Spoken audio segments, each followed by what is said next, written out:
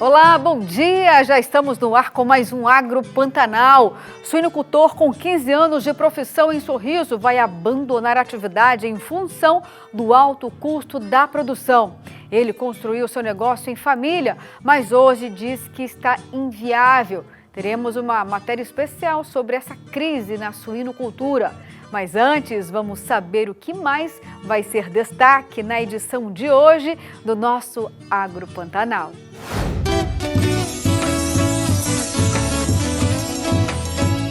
Diversas propriedades pelo país estão sendo atendidas pela assistência técnica e gerencial do Serviço Nacional de Aprendizagem Rural, o Senar. Destas, mais de 1.000 são atendidas pelo Senar daqui de Mato Grosso. Teremos no estúdio Vanice Marques, consultora em negócios turísticos. Vamos falar um pouco sobre o turismo rural e o tecnológico.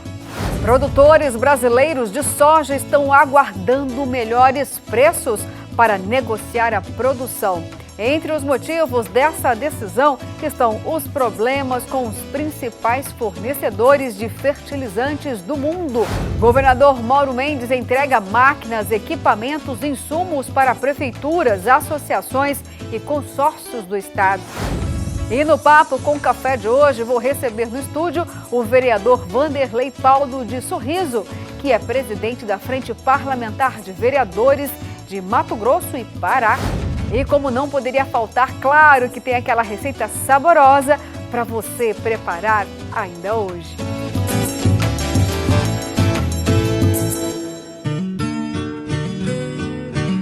Então vamos à nossa primeira reportagem. Vamos falar da suinocultura, porque os suinocultores de Mato Grosso, infelizmente, enfrentam uma crise sem precedentes com a queda das exportações, alto custo de produção.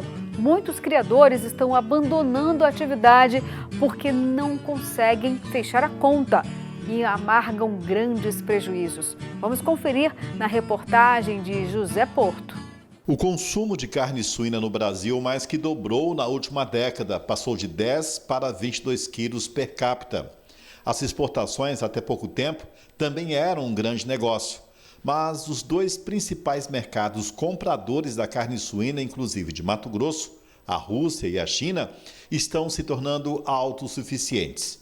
Os brasileiros consomem 80% da produção, mas os 20% que sobram está gerando um desequilíbrio, principalmente para os criadores independentes. Fora isso, o produtor entrega o suíno na média de R$ 4,50 o quilo, mas o custo de produção é de R$ 7,00 por quilo. A China começa a ficar autossuficiente, com as exportações que caem um pouco, custo de produção no Brasil excessivamente alto, principalmente, nós falamos antes que nós tínhamos um custo de produção mais barato do mundo aqui. Hoje não é mais assim, nós temos um custo de produção que chega a quase R$ 7,00, vendendo suíno a R$ 4,70, R$ 4,50, quando hoje acha para vender. Com essa conta que não fecha, o produtor chega a ter um prejuízo que vai de R$ 200 a R$ 300 por animal abatido e entregue nos frigoríficos. Por outro lado, o setor também não vê uma luz no fim do túnel, onde há um excesso de carne de animais no mercado.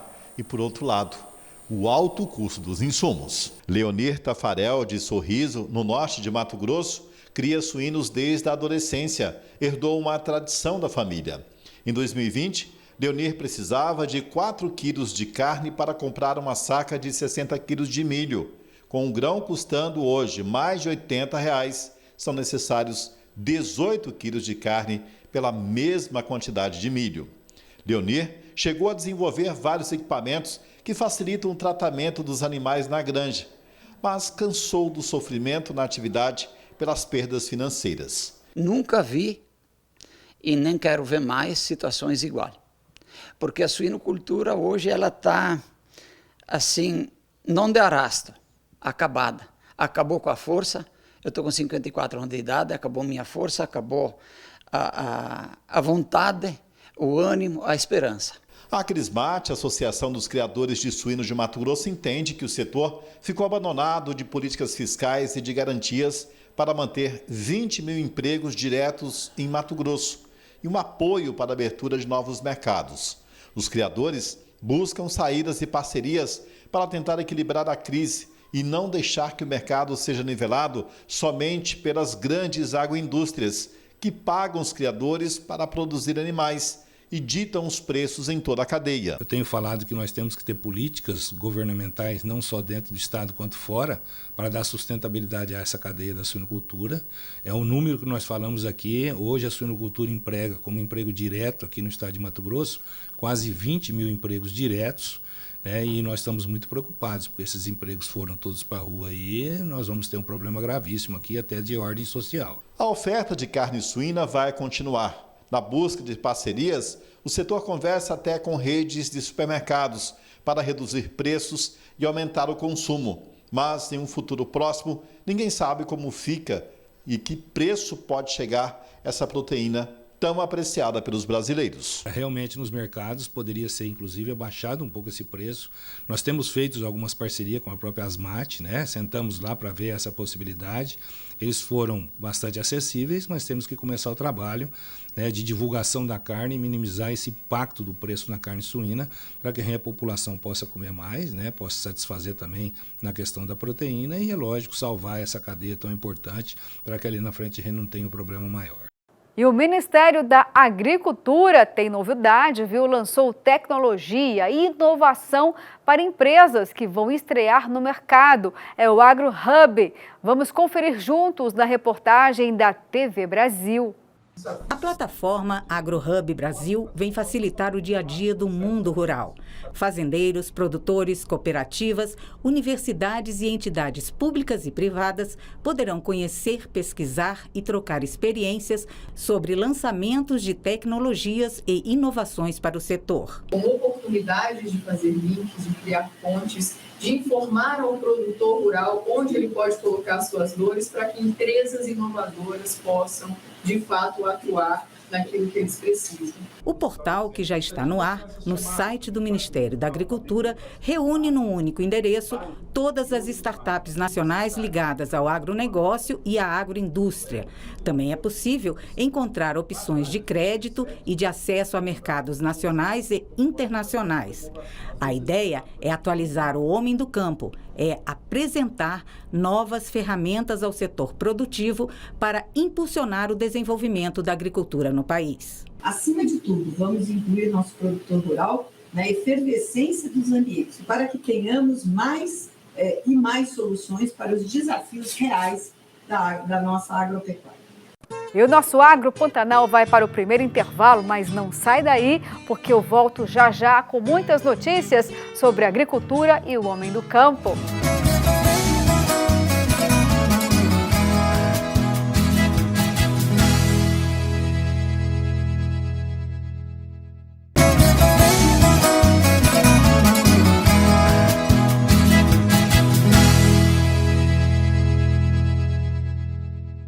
Que bom que você está aqui logo depois do comercial, porque o programa tem muito ainda, viu?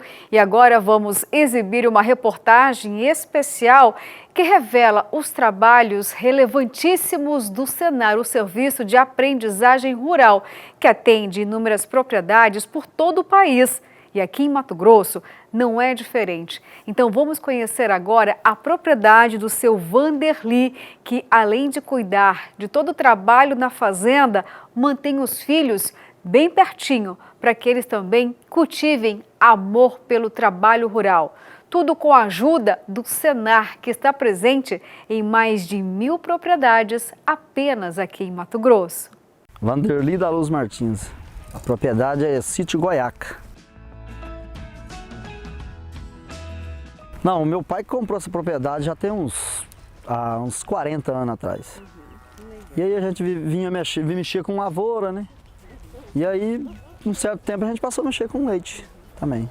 Na época que começou a primeira visita mesmo, o técnico tá aí, o Dinaldo aí, a média nossa, nessa época da seca, era 100 litros. Um exemplo, 100 litros, aí nas águas chegava a 250, 280. Aí com a visita do técnico aqui, orientando nós já chegamos a tirar 780 litros no período das águas, né? A época que você tem pasto em abundância, mas o pique nosso já foi até 780 litros. E a média anualmente está nos 500 litros, anualmente, né? A intenção nossa é chegar pelo menos 800 litros nos próximos 2 anos, por aí, 800 litros ao dia, né? Essa é a intenção nossa. E o que for vindo, nós vamos acolhendo aí, que for vindo do técnico aí, nós vamos pegando e ponhando em prática, né? A propriedade aqui já tem 50 meses de assistência técnica aqui, acompanhamento. Melhoramos um pouco das pastagens, fizemos colher de soda, melhoramos as pastagens, reformamos alguns pastos da propriedade. Melhoramos um pouco o abastecimento de água aqui na propriedade também. E 2 anos atrás para cá, nós começamos a implantar silagem na propriedade. Produziu o ano passado, deu um bom resultado e agora não vai parar mais. Então a assistência técnica modificou, fizemos a nutrição do rebanho dele, a produção das vacas aumentou através da nutrição. E estamos agora focando na nutrição e agora vamos mexer um pouco na parte de genética e melhoramento e bem-estar dos animais. Está tendo muita procura, né, por esses atendimentos. Cada vez que eles veem uma pessoa progredindo, então eles querem também estar participando do projeto, né? Nós não temos funcionário. Funcionário é só a família mesmo. Eu, meus 2 meninos e minha esposa, mas nós estamos preparando eles para, se eles quererem, né, no futuro, passar para eles, dar continuidade à produção de leite aqui na propriedade. A pesquisa Panorama Turístico de municípios que compõem a região metropolitana do Vale do Rio Cuiabá, divulgada recentemente pelo Instituto de Pesquisa e Análise FEComércio em Mato Grosso, mostrou que os turistas que visitam o estado gastam em média R$ 367 por dia. Esse estudo foi feito a pedido do Conselho Empresarial de Turismo e Hospitalidade no estado. E a pesquisa revela ainda que a maioria dos turistas vem do estado de São Paulo, sendo que praticamente 16% dos entrevistados tem também turistas de fora, com origens, por exemplo, na Argentina, Canadá, Estados Unidos, China, Noruega e até mesmo, gente, Alemanha e Japão. Tem outros países ainda. E agora o nosso Agro Pantanal vai diretamente para este assunto tão importante com a Vanice Marques, consultora em negócios turísticos. Tudo isso agora no Papo com Café.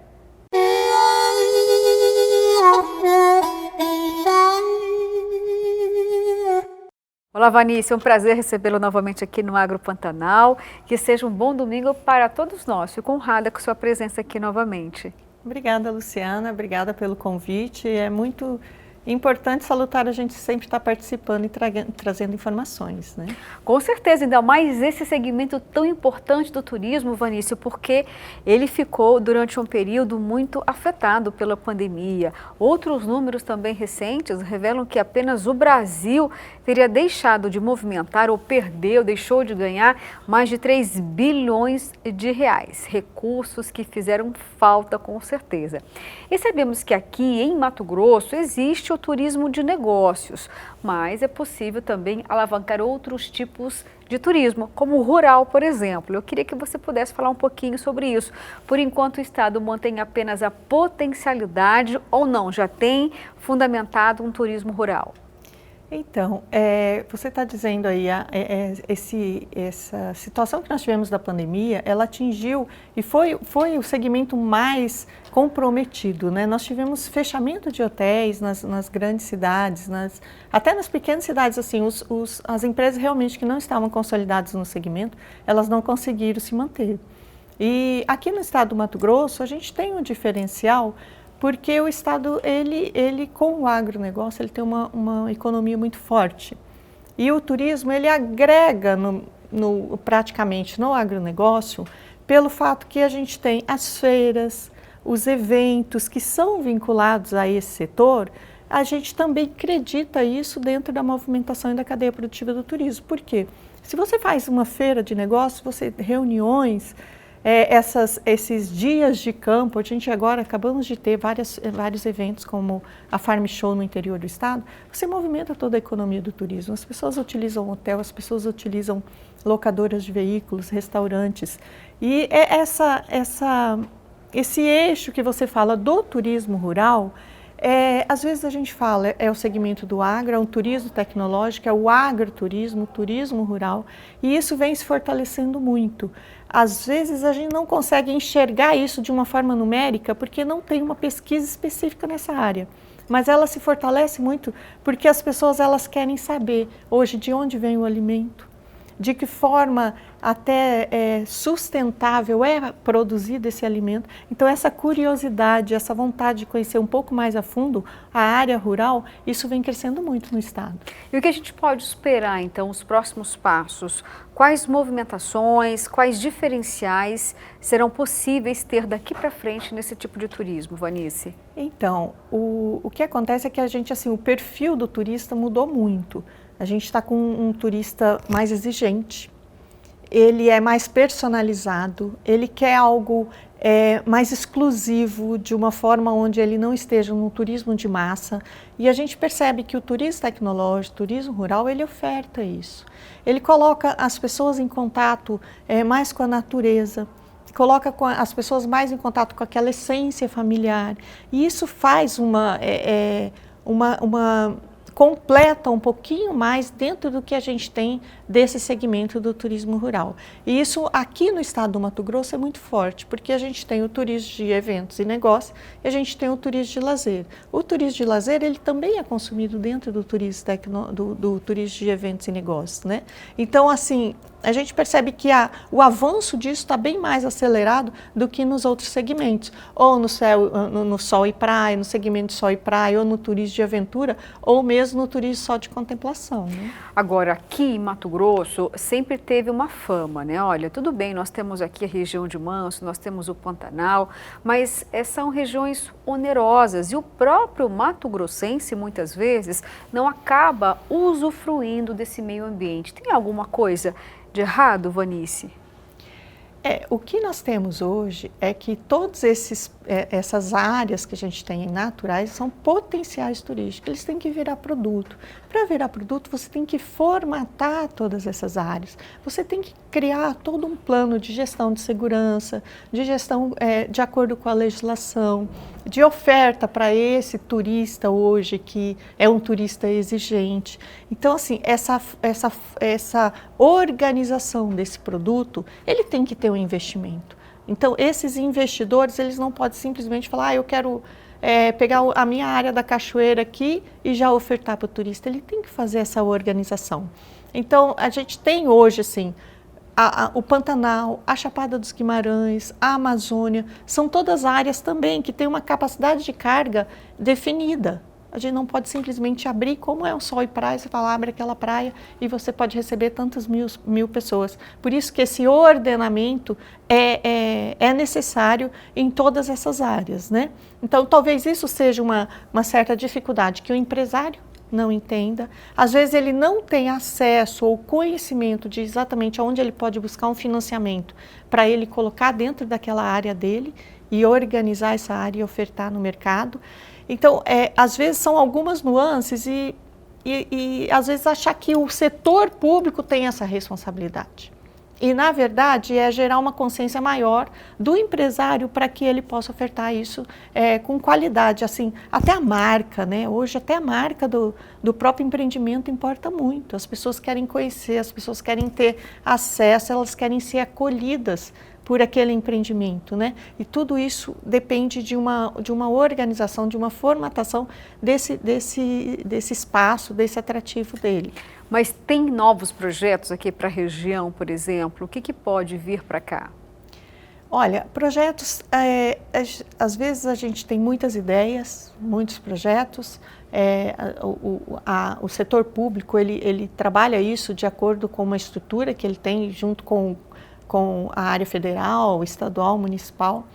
E o que a gente tem percebido, até aqui, há 2 semanas atrás, eu acompanhei um grupo aqui que nós estamos trazendo grupos personalizados e exclusivos, pequenos grupos, 10, 20 pessoas, que realmente têm um ticket alto, pagam um ticket alto, para fazer uma imersão na Chapada dos Guimarães, para conhecer a Cidade de Pedra, para conhecer cachoeiras, para contemplar todos aqueles nossos paredões, para conhecer a Amazônia, que a nossa Amazônia está aqui a 250, 300 quilômetros de Cuiabá, para conhecer o Pantanal. Então, sim, são grupos exclusivos. Hoje nós já estamos tendo algumas pousadas, que são pousadas não só de alto luxo, mas elas são pousadas de requinte, que o alto luxo hoje não quer dizer que você tenha que estar num lugar fantástico, no sentido de estrutura, mas a pessoa, o luxo dela é ela pisar no chão, na terra,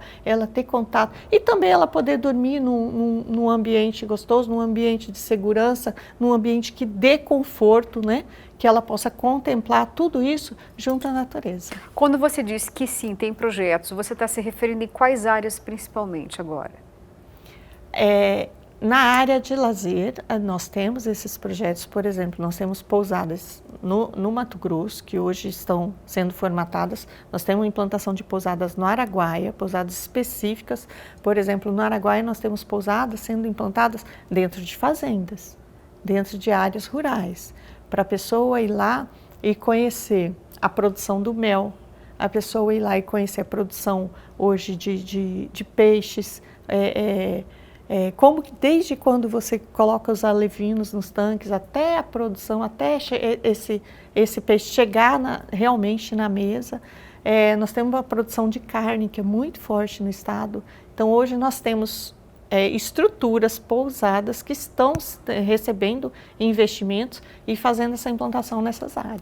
Vanícia, olha só, no Congresso Nacional existe uma queda de braços muito grande, né? Com um projeto importante que pede o retorno de cassinos, de jogos de azar. Existe uma divisão por lá. O presidente Jair Bolsonaro, que no passado era a favor, está se posicionando contra. Porém, existe uma outra ala também bolsonarista que se posiciona a favor. Para Mato Grosso, a bancada federal já trouxe uma proximidade, uma aproximação com o trade turístico. Para ouvir vocês, afinal de contas, o trade turístico daqui do estado é favorável ou não o retorno de cassinos, por exemplo, que poderia alavancar o turismo nessas regiões? Luciana, eu não respondo por todo o trade turístico e assim até por essa proximidade da bancada federal. Eu não fui contactada em relação a isso. Mas isso de opinião pessoal mesmo, nós temos no mundo todo, em vários países desenvolvidos, hoje os cassinos eles são uma realidade. Eles são uma das principais fontes de rendas em várias cidades, megalópolis no mundo todo. Então, para o turismo, isso gera renda, movimenta muito a economia, gera emprego nas cidades, cria até cidades dormitórios, exato, sabe, com esses atrativos, esses centros urbanos ao redor desse tipo de atrativo turístico que são os cassinos.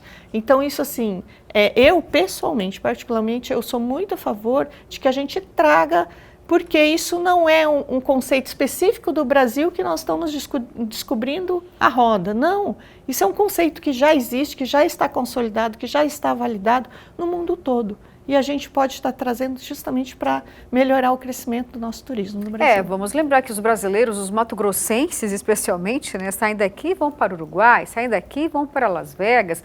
Vou lembrar, Las Vegas é um deserto edificado graças aos cassinos. E assim, falando dos cassinos específicos, a gente teve durante a pandemia, o que o Mato Grossense fez? Ele saiu daqui e foi conhecer vários resorts. Ele antes ia para resorts no Sol e Praia, na nossa... A região Nordeste. No todo o nosso litoral. E quando veio a pandemia, que você não poderia ficar viajando muito, o que aconteceu com o Mato Grossense? Ele foi num resort específico aqui do estado do Mato Grosso. Então, é isso que nós precisamos fazer, com que o brasileiro ele possa continuar, ele está viajando mais, ele está mais doméstico, né, aqui no Brasil, mas que ele também possa estar podendo contemplar, poder aproveitar, né, esse tipo de atrativo aqui no Brasil mesmo. O porquê não a gente ofertar essa qualidade de produto, né? Vanícia, você ainda está um pouco otimista ou muito realista na tua avaliação que está aí nessa lida, né, junto com o trade turístico, quando Mato Grosso vai fazer parte de um roteiro turístico nacional? Eu vejo que quando a gente trabalhar bastante a consciência do empresariado. O empresariado Às vezes nós ficamos muito com aquela síndrome de patinho feio e a consciência do empresariado não é, aí a gente fala isso, acha que é o empresariado de turismo, não, é o empresariado do agronegócio, é o empresariado da indústria, do comércio, porque todos eles participam de alguma forma. O do comércio, o dono de uma drogaria, de uma rede de farmácias, todo mundo consome a farmácia para comprar itens, no caso de uma viagem, de um repelente, de um remédio específico. Então, isso tudo é da cadeia produtiva, é da cadeia indireta do turismo. Então, realmente é consciência e a gente trazer investimentos. Às vezes a gente participa, no ano passado eu participei de várias reuniões em Fortaleza, na ABAV, de trazer investidores, de trazer empresários de fora que possam ter esse olhar, sabe, de investimento para o estado do Mato Grosso. Nós trouxemos o vice-presidente da Cora, através das redes de hotéis, o Paulo Mâncio, e ele tinha meio-dia que nós levamos ele para a Chapada para ele conhecer o que era a estrutura da Chapada. E do nada ele falou, Vanice, eu participo de um grupo de investidores que eles estão interessados aqui, eles vão estar interessados. Então é isso, é o tempo todo o Mato Grossense está com o olhar para fora, para estar trazendo também investimentos nessa área. E principalmente do agronegócio, né? Tá certo, Vanice. Olha, se for para a gente falar mais do turismo, olha, mais pelo menos uns 10 programas aqui, viu? Mas a gente fica por aqui, te espero para um próximo bate-papo falando do turismo ainda, hein? Eu quero agradecer realmente, Luciana, porque é dessa forma que a gente consegue levar informação e que as pessoas enxerguem que isso não é difícil. E que é prazeroso a gente poder trazer investimento e a gente poder mostrar o nosso estado. É preciso. É preciso. Bom, e agora a gente vai para o quadro Mito ou Verdade deste domingo. Vamos ver qual é a pergunta, então, desse domingão do nosso quadro Mito ou Verdade, na tela agora aqui do Agro. Mito ou verdade, não se deve reaproveitar óleo utilizado para fritura? Bom, a resposta a gente vai ver daqui a pouquinho, viu? Porque agora o nosso assunto é capacitação no mercado de trabalho agrícola.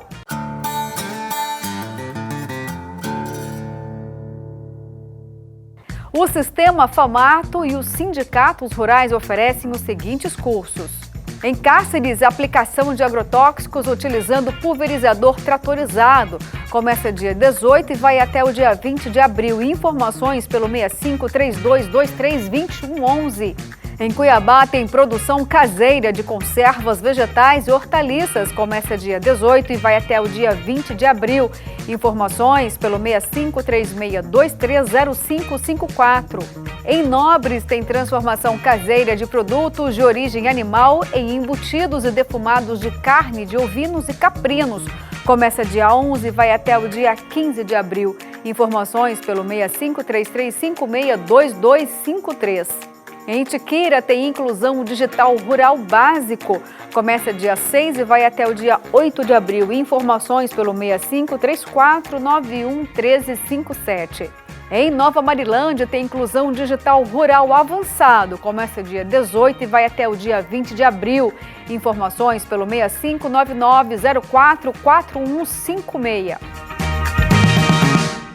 E agora a gente vai para mais um intervalinho, mas daqui a pouco estou de volta. Não sai daí, porque eu vou ficar aqui te esperando.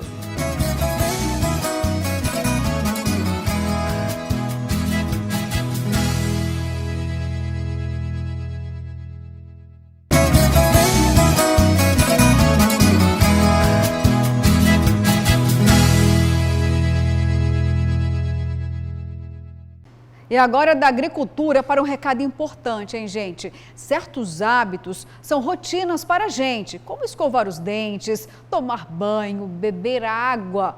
Mas por que combater a dengue não é um deles? Você precisa fazer a sua parte. Elimine água parada, seja em garrafas, calhas ou vasos, e mantenha limpas as caixas d'água e piscinas. Lembre-se, a dengue mata. E só mudando os nossos hábitos será possível eliminar este perigo. Um alerta do governo de Mato Grosso. Então, muita atenção. Vamos todos nos unir para deixar Mato Grosso livre da dengue, hein, gente?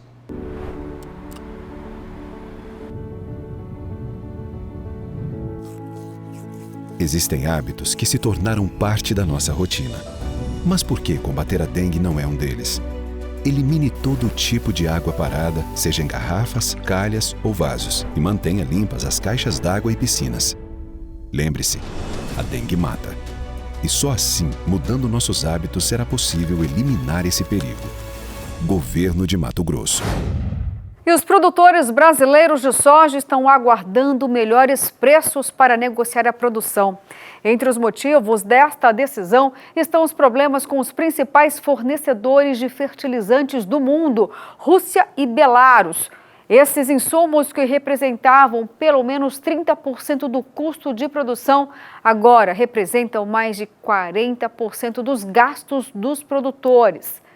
A produção brasileira de soja é dependente dos fertilizantes vindos da Rússia, em guerra com a Ucrânia, e da aliada Bielorrússia.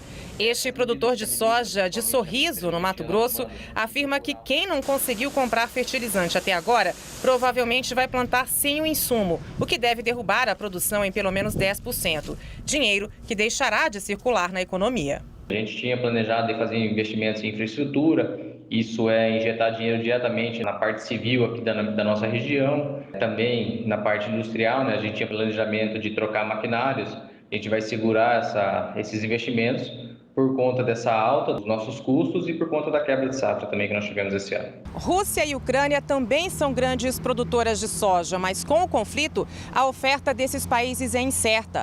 A vizinha Argentina também é produtora, mas enfrenta problemas por causa da seca. E os Estados Unidos estão focados no consumo interno. Com isso, a oferta mundial de soja deve diminuir, aumentando ainda mais o preço do grão. Aqui no Brasil, as cotações atingiram a marca de R$200 a saca pela primeira vez na história. Até agora, o produtor brasileiro vendeu 46% da soja cultivada, um número inferior ao registrado nesse mesmo período do ano passado, quando mais de 62% da colheita estimada já estavam vendidos. Com preços mais altos, exportar é mais rentável do que vender por aqui. Este economista afirma que não vai faltar soja no mundo, mas que o preço do grão deve fazer outros alimentos também ficarem mais caros. Toda vez que a gente fala assim, está subindo o preço da soja, está subindo o preço do milho, está subindo o preço do trigo, vai subir o preço da carne, vai subir o preço dos outros alimentos que são da base do prato do brasileiro. Para corrigir um preço alto, tem que aumentar a oferta. Então, incentivar o produtor a plantar mais, a ter maior aumento de área, dar mais linhas de crédito para o produtor ampliar essa produção. E em meio à crise da suinocultura, a Embrapa desenvolve pesquisas para identificação do valor nutricional dos cereais para orientar o produtor na maior eficiência de uso. Utilizar cereais de inverno como trigo e cevada é uma prática viável na produção de suínos e aves, em substituição ou complementação ao milho. Veja o depoimento do produtor Valdecir Folador, de Barão de Cotegipe, do Rio Grande do Sul, que atesta que a prática é eficiente. O produtor Valdecir Folador trabalha com suinocultura há mais de 40 anos em Barão do Cotegipe, no norte do Rio Grande do Sul. A granja conta com 1.600 matrizes que recebem cereais de inverno na ração. O cereal de inverno na ração de suíno, na produção, ele vai muito bem. Eu tenho experiência de ter utilizado já por 2 anos consecutivos na substituição do milho em algumas fases da produção e não teve problema nenhum. Sempre tive bons resultados, o resultado nutricional de desempenho, a questão interna da granja não teve mudança nenhuma da mudança do milho para o trigo. Então o trigo ele é um cereal que ele vai muito bem na alimentação dos suínos. Tem determinadas fases que você pode utilizar até 100% de trigo, tem fases que, conforme a formulação do nutricionista, você utiliza percentuais menores. Então tem toda uma questão nutricional que precisa ser envolvida para você adaptar a nutrição de cada fase, a necessidade de cada fase para aquele momento. Mas o trigo é um excelente cereal e vai muito bem na suinocultura, sem problema, sem restrição nenhuma. O triticale e a cevada também são 2 produtos que eu utilizei na granja. Da mesma forma, substitui o milho no percentual que você quiser, em até 100%, nas fases que você julgar que seja mais adequado usar. Então, o que eu diria e o que eu digo como produtor, como consumidor de trigo, triticale, cevada, triguilho, independente do pH do produto, vem a questão de você ser o nutricionista formular por aqueles índices nutricionais que o grão apresentou e você utilizar e adaptar a fórmula para que você atinja os índices nutricionais das fases que você vai utilizar, o trigo, o triticale e a cevada. Então não tem restrição nenhuma, pode ser usado tranquilamente. O produtor acredita que o uso dos cereais de inverno na composição da ração deverá crescer ainda mais nos próximos anos.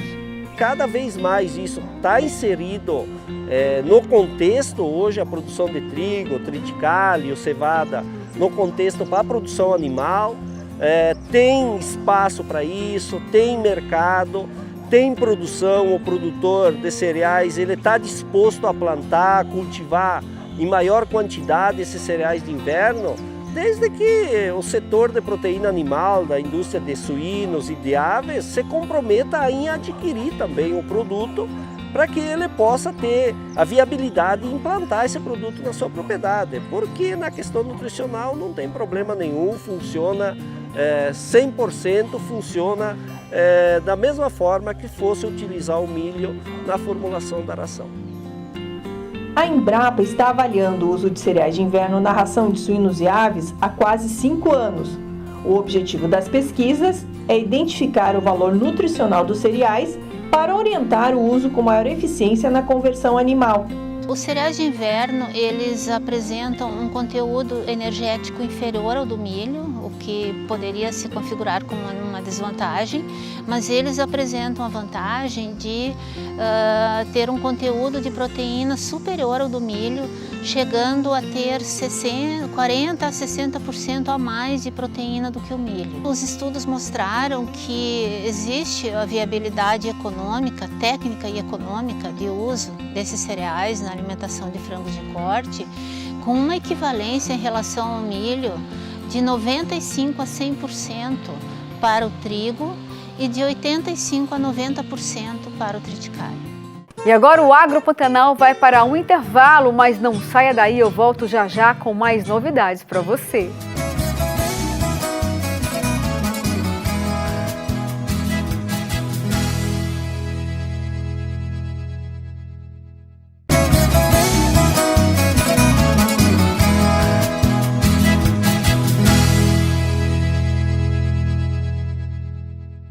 E o governador Mauro Mendes, daqui de Mato Grosso, entregou máquinas, equipamentos e insumos para prefeituras, associações e consórcios de Mato Grosso.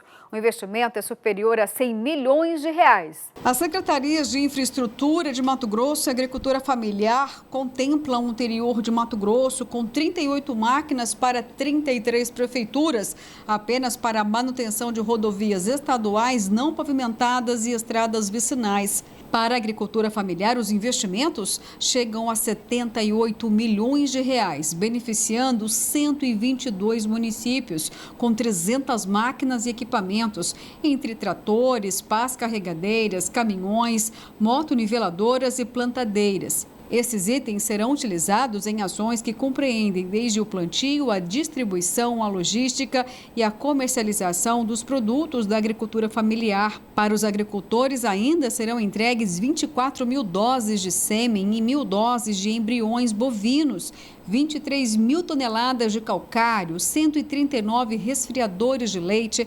28 patrulhas mecanizadas, 50 ordenhadeiras de leite, 6 caminhões baú refrigerados, 5 caminhões caçamba, 5 caminhões pipa isotérmico para o transporte de leite, 4 escavadeiras hidráulicas, 2 rolos compactadores e 2 silos de leite. O secretário de Agricultura Familiar, que se prepara para deixar a pasta, anuncia ainda outros investimentos superiores a 300 milhões de reais de organismos internacionais e outras fontes. Somando mais as emendas federais que vem, que é um recurso federal para o Estado, ainda o edital do REN, que está sendo lançado, que já contratou 32 milhões e vai contratar agora mais 55 milhões. Ainda, aí sim é o caso que eu disse, do Banco Mundial, um projeto que já está aprovado no Banco Mundial, só precisa passar pela Comissão de Financiamento Externo do Ministério da Economia, passar pelo Congresso, para a gente possa ter mais 100 milhões de dólares, ou seja, mais 500 milhões de dólares, que vão fazer o Programa de Agricultura Familiar para os próximos 5 anos, né? Que o primeiro ano é de preparação, eu acredito que esse ano ainda a CEAF deve fazer esse planejamento para que a partir do ano que vem possa acontecer nos 4 anos mais 500 milhões de reais, que é em torno de 100 milhões de dólares. A entrega se transformou em um grande palanque político, com as presenças de deputados estaduais, federais, senadores e prefeitos do interior.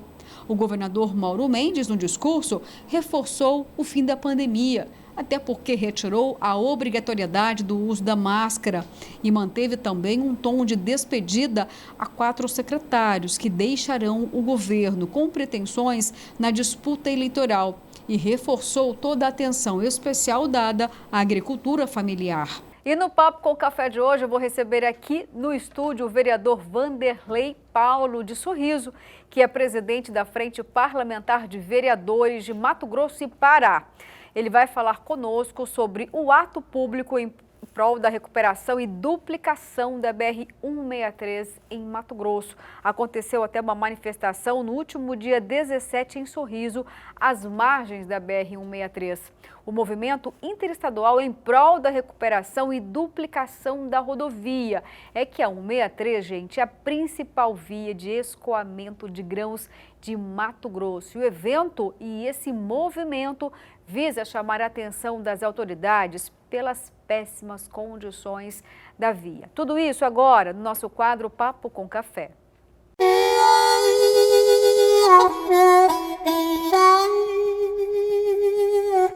Olá, bom dia, seja muito bem-vindo aqui no programa Agro Pantanal.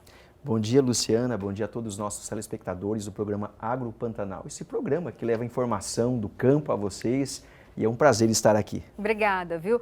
Olha só, tem dados terríveis da 163, principalmente ali da região de Sorriso. O número de acidentes é alarmante e, consequentemente, pessoas estão perdendo a vida nesse perímetro da rodovia. Exatamente. Sorriso, Sinop, todos os municípios por onde a BR-163 cortam, né, realmente tem proporcionado muitos acidentes por falta de investimentos, né? Por mais que no perímetro urbano de Sorriso a pista seja já duplicada, mas falta ainda passarelas e mais investimentos. E isso também se traduz em Sinop, Terra Nova, Guarantã, enfim. E isso, infelizmente, aumenta aí o número nas estatísticas, né, de mortes e muitos acidentes aí, não só da CNT, como o próprio DENIT e a Rota do Oeste. E é por isso que a gente realmente está empenhado em buscar alternativas e soluções para essa questão da 163. Bom, se tem dados terríveis e falta de infraestrutura, eu vou entender aqui que não tem cobrança de pedágio, não tem praça de pedágio lá, é isso? É totalmente o contrário. Na realidade, nós temos a cobrança do pedágio, né? Todos os usuários pagam, mas infelizmente aí por falta de recursos e aporte de bancos, a Rota do Oeste não conseguiu implementar a duplicação e fazer os investimentos necessários.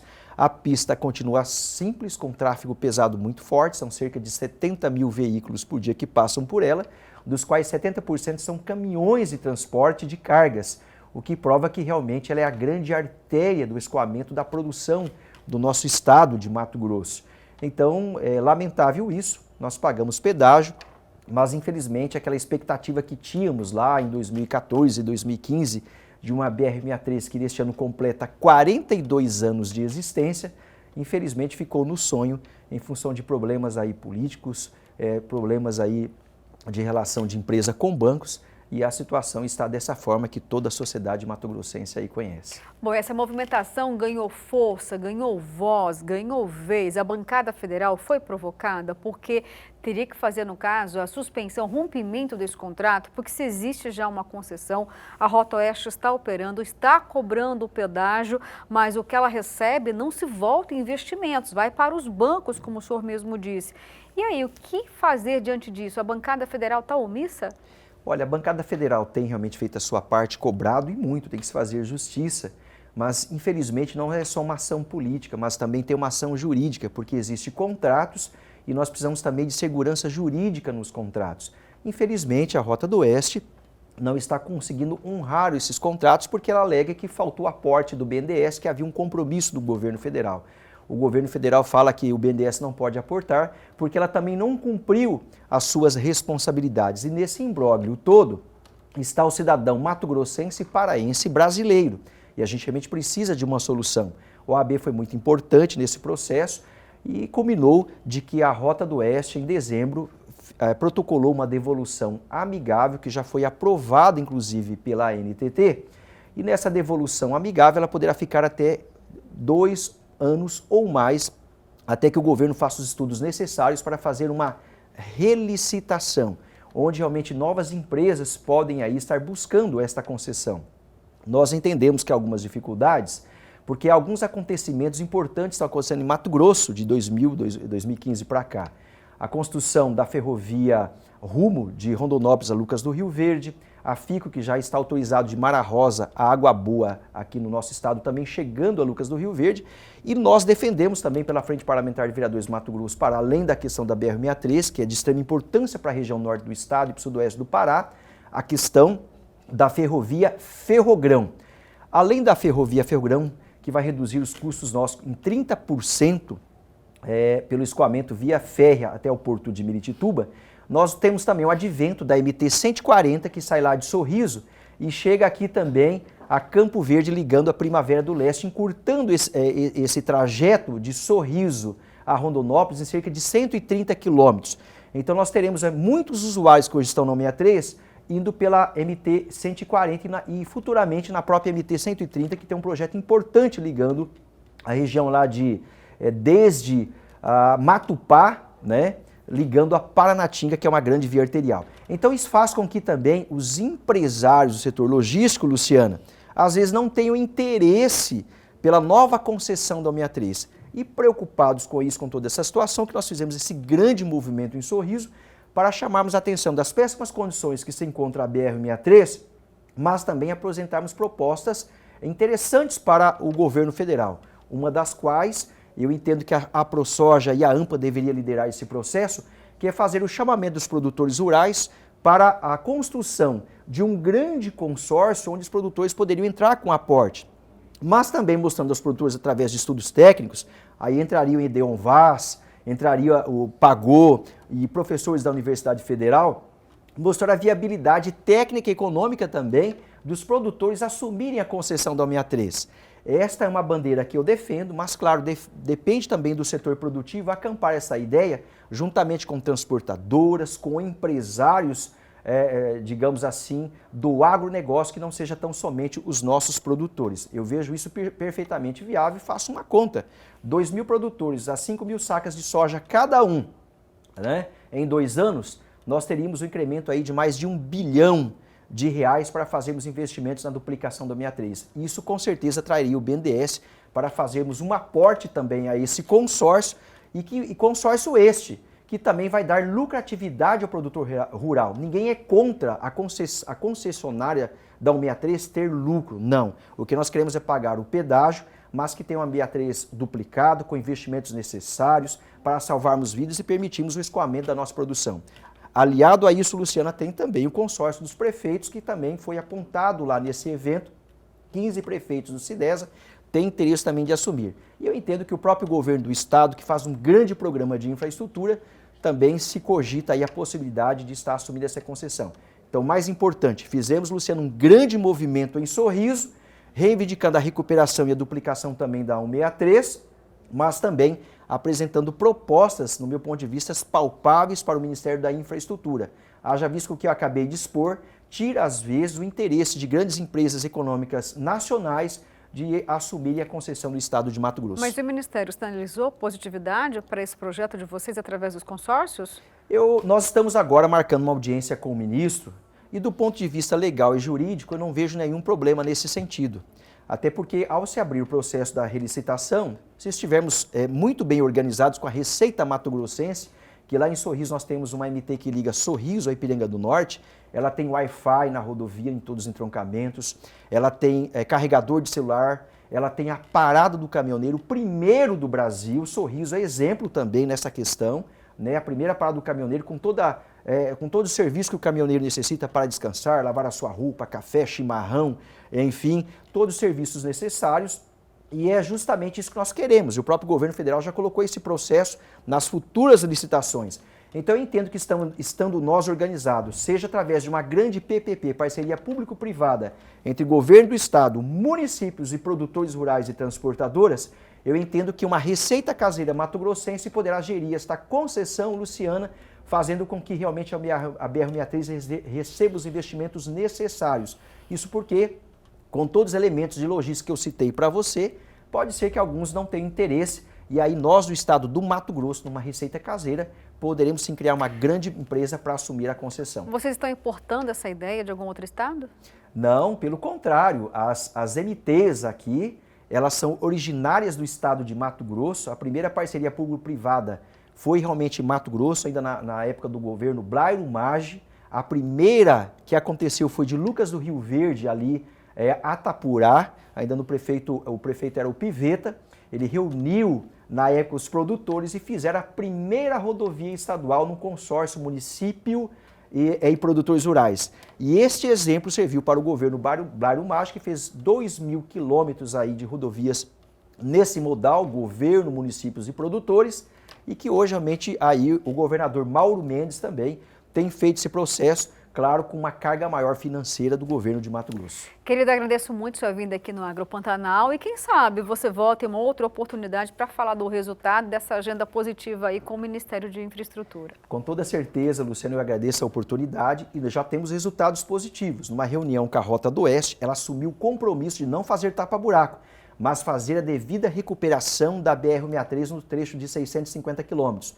Numa visita também que estivemos no DENIT, também por pressão do movimento, tem 200 quilômetros que nem a Rota assumir, nem o DENIT. Nesse imbróglio, o ministro Tarcísio também determinou ao DENIT que faça agora a recuperação de Cuiabá a Rondonópolis, no trecho que estava ocasionando muitos acidentes. Então, eu fico feliz pela movimentação que nós tivemos lá em Sorriso, que já repercutiu na Assembleia Legislativa, que já repercutiu no Congresso Nacional e com toda certeza lá no Ministério da Infraestrutura, onde nós esperamos em breve, na reunião com os prefeitos, lideranças políticas, produtores e transportadoras, levarmos esse pleito ao ministro Tarcísio da viabilidade desse consórcio que eu vejo plenamente possível. Obrigado, Luciana. Obrigada, viu? Bom, e agora a gente vai para Sabores do Cerrado, com uma receita tentadora para você repetir aí na sua casa ou na fazenda.